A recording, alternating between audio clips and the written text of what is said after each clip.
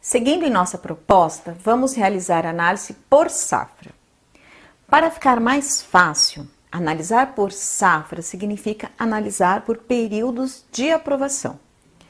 O objetivo é avaliar a performance dos clientes aprovados em diferentes períodos, sendo que períodos podem ser anos, efetivamente, ou situações relevantes, como, por exemplo, em 2014, houve uma alteração na estrutura e um novo gestor alterou as regras de crédito.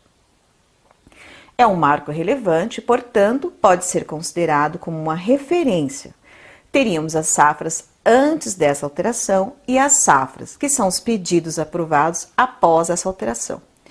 Qual apresenta melhor performance? O mesmo pode acontecer com esses dois outros exemplos. A empresa mudou a forma de atuar no mercado. Ao invés de atuar apenas com vendedores internos, passou a atuar também com dealers. Assim, teríamos safras anterior ou posterior a essa alteração. Por último, um outro exemplo, a empresa que, além da venda de produto, passou também a oferecer serviços de reparo. Então, serviços vai trazer uma nova safra e a inadimplência tem que ser analisada antes e depois da inclusão desse novo tipo de serviço, ok? Bom, como mencionei, fazer análise por safra significa consolidar o faturamento pela data de entrada do cliente da base. Nesse exemplo, estaremos utilizando os períodos, que são os anos de faturamento.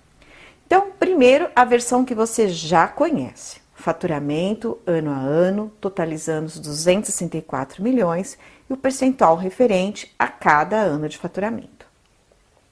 Agora, na visão safra, ao invés de consolidar por ano de faturamento, consolidamos por ano do cadastro deste cliente na base, ou seja, a primeira aprovação do crédito. Chegamos, obviamente, aos mesmos 264 milhões de faturamento, o que não poderia ser diferente. Porém, a distribuição, ela se altera completamente. Lembra que eu comentei que essa empresa foi fundada em 2001? Então, os clientes que entraram até 2010, ou seja, desde 2001 até 2010, registraram um faturamento acumulado de 177 milhões. E desse total, 99% foram recebidos.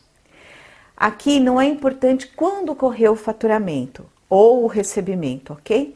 Para os clientes que entraram especificamente no ano de 2011, o faturamento foi de 27 milhões e o percentual de recebimento desse grupo isolado ficou em 98%. Ano a ano, chegamos em 2014. Para os clientes que entraram na empresa durante 2014, o faturamento totalizou apenas 3,8 milhões. Mas o percentual de recebimento ficou em 90,5%, ou seja, o menor da história. Claro que 2014 tem o menor faturamento, é o normal e o esperado, já que esses clientes possuem no máximo 12 meses de faturamento, ok? Eles entraram em janeiro e até dezembro de 2014, portanto, um cliente que entrou em janeiro, ele tem aí 12 meses de faturamento como potencial, mas nós também temos os clientes que entraram, por exemplo, no último trimestre, com um faturamento muito menor. Porém, este não é o ponto. O que iremos analisar é a performance de recebimento. Notem que ano a ano, a performance dos clientes foi caindo até despencar em 2014. Portanto, são os novos clientes aprovados pelo crédito os principais responsáveis pela queda de recebimento desta empresa. Se a empresa continuar crescendo nesses clientes, seus problemas irão aumentar. Concordam?